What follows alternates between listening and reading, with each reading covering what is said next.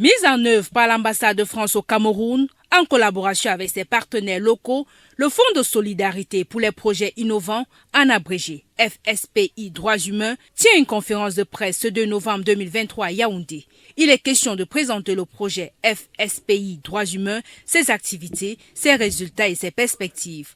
Lancé en août 2023 par l'ambassade de France au Cameroun, le dit projet entend soutenir les initiatives locales en faveur des droits humains et valoriser les jeunes entreprises et associations hors des zones urbaines. Donc cette coopération s'inscrit vraiment dans cette dynamique de faire avec, d'écouter nos partenaires, de voir comment répondre et comment les accompagner dans leurs projets, dans leurs actions, et de co-construire vraiment ces nouveaux partenariats et de renforcer nos collaborations. Au-delà de son objectif visant à financer les activités de promotion et de protection des droits humains et de renforcement des capacités des jeunes organisations de la société civile.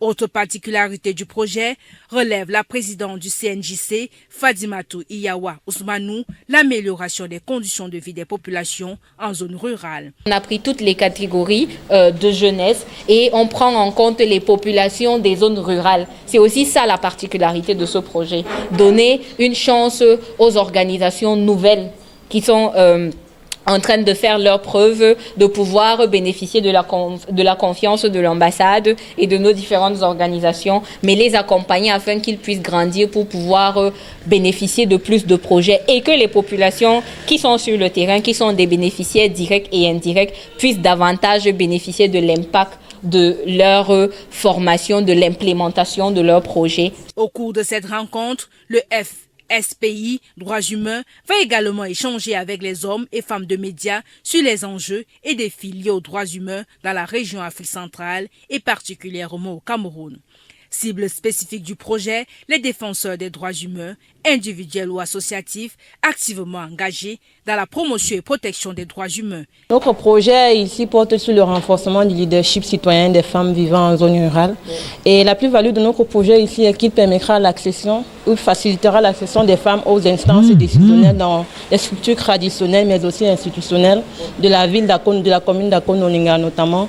Et il se déroulera pendant 6 mois. Pendant 6 mois, elles seront formées et nous travaillons également avec les leaders de la communauté sur comment faire accéder, comment faciliter l'accès aux femmes de leur communauté aux instances là où les décisions se prennent afin que les jeunes filles et que les droits des femmes dans les communautés également soient mieux protégés.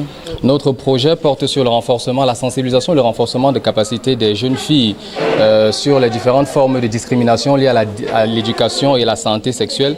Nous sommes partis de 2 constats. Le premier, c'est que la région de l'extrême nord étant une zone d'éducation prioritaire, les filles y sont très souvent victimes de discrimination liée à l'éducation.